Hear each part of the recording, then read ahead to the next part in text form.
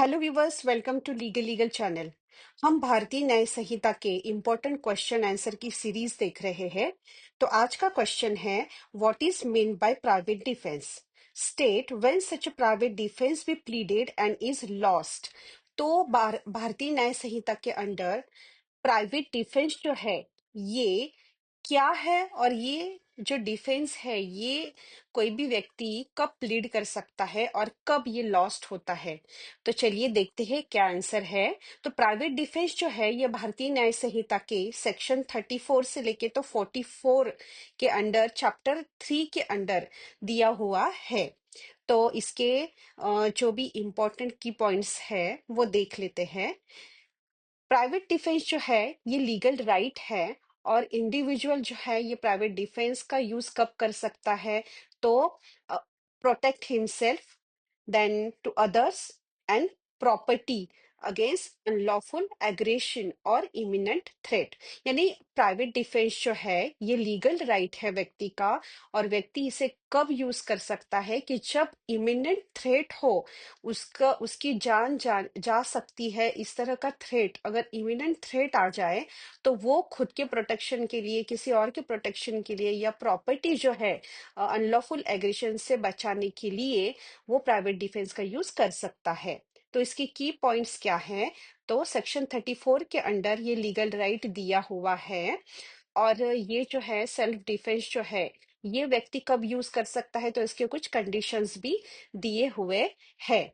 तो इसमें क्या है कि प्राइवेट डिफेंस ये कब प्लीड कर सकते हैं कि जब इमिनेंट थ्रेट हो या अनलॉफुल थ्रेट हो, उस टाइम पे प्राइवेट डिफेंस जो है वो प्लीड कर सकते हैं। तो there must be reasonable apprehension of imminent danger, यानी इमीडिएट डेंजर होना चाहिए पर्सन के लाइफ को या प्रॉपर्टी को। ठीक है। सेकंड है कि ये जो फोर्स यूज किया हुआ है वो प्रोपोर्शनेट होना चाहिए, यानी वो जो फोर्स यूज करेगा यानी एक्सेसिव फोर्स नहीं यूज कर सकते हैं। जैसे इसमें एक एग्जांपल देखते हैं कि सपोज किसी का मैंगो ट्री है, और उसको मैंगोज लगे हुए हैं, कोई कोई और कोई लड़का या कोई और अगर वो मैंगो तोड़ने की कोशिश कर रहा है विदाउट हिज परमिशन, यानी वो चोरी कर रहा है। तो ऐसे टाइम पे अगर वो जो उसका मालिक है वो देख लेता है और उसे गुस्सा आ जाता है और गन से उसको शूट करता है, और फिर वो अगर वो व्यक्ति बोले कि नहीं, मैंने सेल्फ डिफेंस में किया, मेरे प्रॉपर्टी जो है ये वो कोई चुरा के लेके जा रहा था इसलिए किया, तो ऐसा जो है ऐसे टाइम पे ये राइट ऑफ प्राइवेट डिफेंस जो है वो यहाँ पे माना नहीं जाएगा। वो जो पर्सन है उसको पनिशमेंट होगी, क्योंकि यहाँ पे जो है यहाँ पे क्या इमिनेंट थ्रेट नहीं था, उसकी जान को धोखा नहीं था, उसकी प्रॉपर्टी को धोखा नहीं था, या उसने जो भी फोर्स यूज किया, जो भी act as a self defence करके यूज किया वो प्रपोर्शनेट नहीं है। अगर वो जाके उसको डांटता था, भगाता था, तो फिर वो जो है वो प्रोपोर्शनेट फोर्स होता था। लेकिन यहाँ पे अगर वो गन से अगर शूट कर रहा है तो यहाँ पे वो जो फोर्स है वो प्रोपोर्शनेट फोर्स माना नहीं जाएगा। इसलिए क्या है, the force use in a defence should be proportionate to the threat face. Excessive force beyond what is necessary to neutralise the threat may not be justified. और absence ऑफ प्रोवोकेशन, यानी third important factor क्या है कि यहाँ पे जो व्यक्ति right of private defence use कर रहा है, उसने जिसके अगेंस्ट यूज किया है तो वो जिस सिचुएशन में यूज किया है, तो वहां पे वो सिचुएशन ऐसी नहीं चाहिए कि उसने खुद होके किसी के साथ झगड़ा किया है, खुद होके किसी को प्रोवोक किया है, या खुद का बदला लेने के लिए वो किसी को मार देना चाहता है, या उसने मार दिया और फिर बाद में वो कहेगा कि मैंने right of private defence use किया, तो यहाँ पे ये राइट ऑफ प्राइवेट डिफेंस माना नहीं जाएगा। ठीक है। तो अब्सेंस ऑफ प्रोवोकेशन, यानी कैसे कि किसी उसने खुद होके किसी को प्रोवोक किया हुआ नहीं होना चाहिए। The individual claiming private defence should not have provoke or initiated the confrontation. When is the right to private defence lost? तो नेक्स्ट देखते हैं कि राइट ऑफ प्राइवेट डिफेंस जो है ये व्यक्ति जो है यानी कब यूज कर सकता है, वो हमने देखा अभी। राइट ऑफ प्राइवेट डिफेंस जो है ये कब लॉस्ट होगा। तो एक तो क्या कि एक्सेसिव फोर्स जो है वो व्यक्ति ने यूज किया हुआ नहीं होना चाहिए, रिजनेबल फोर्स ही यूज किया होना चाहिए। उसके बाद act of retaliation, if the defensive action is taken after the threat has subsided or as a form of revenge it does not qualify as a private defence. तो जो व्यक्ति right of private defence claim कर रहा है उसने किसी को provoke किया हुआ नहीं चाहिए। उसके बाद उसने खुद का रिवेंज लेने के लिए किसी और को अगर मार दिया और बाद में वो बोलता है कि मैंने प्राइवेट डिफेंस यूज किया, तो वो भी चीज नहीं चलेगी। उसके बाद थर्ड फैक्टर है कि नो इमीडिएट थ्रेट, अगर वहां पे थ्रेट नहीं था, इमीडिएट थ्रेट नहीं था, तो व्यक्ति right of private defence claim नहीं कर सकता।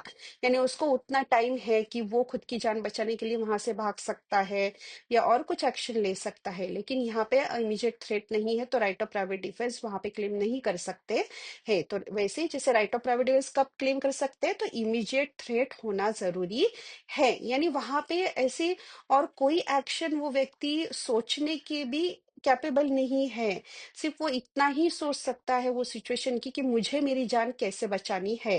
ठीक है, तो ये इंपॉर्टेंट फैक्टर है। और उसके बाद है self provocation, if the individual claiming defence provoke the attack the right is forfeited, यानी वो व्यक्ति ने किसी और को प्रोवोक किया हुआ नहीं चाहिए। तो जब ऐसे सिचुएशन आ जाएगी कि वो खुद होके किसी को प्रोवोक कर रहा है ना, तो वो टाइम पे और अगर प्रोवोक करके सामने वाले को गुस्सा दिलाया, किसी को मारा, उसके बाद सामने वाला अगर अटैक कर रहा है इसमें अगर ये खुद का बदला लेने के लिए सामने वाले को उसने जो भी है मारा, तो ऐसे टाइम पे राइट ऑफ प्राइवेट डिफेंस उसने यूज किया ऐसा माना नहीं जाएगा।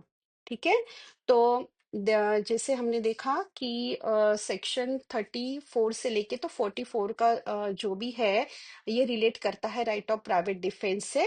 और इसमें और एक चीज है कि अगर जो जब जिस व्यक्ति के against right of private defence use हो रहा है, तो वो व्यक्ति ने अगर वो जो है अगर वो इंसेंट पर्सन है, यानी अगर मेंटली इल पर्सन है या इंटॉक्सिकेटेड अगर है, ठीक है, अंडर इंटॉक्सिकेशन अगर सामने वाला व्यक्ति अटैक कर रहा है, तो ऐसे टाइम पे इवन दो अटैक करने वाला वो मेंटल स्टेट में नहीं है कि वो क्या कर रहा है ये समझने के कैपेबल नहीं है, फिर भी जो है जिसके अगेंस्ट अगर ये अटैक कर रहा है, जिसके ऊपर अटैक कर रहा है, तो वो व्यक्ति खुद की जान बचाने के लिए जो है राइट ऑफ प्राइवेट डिफेंस के अंडर एक्शन ले सकता है।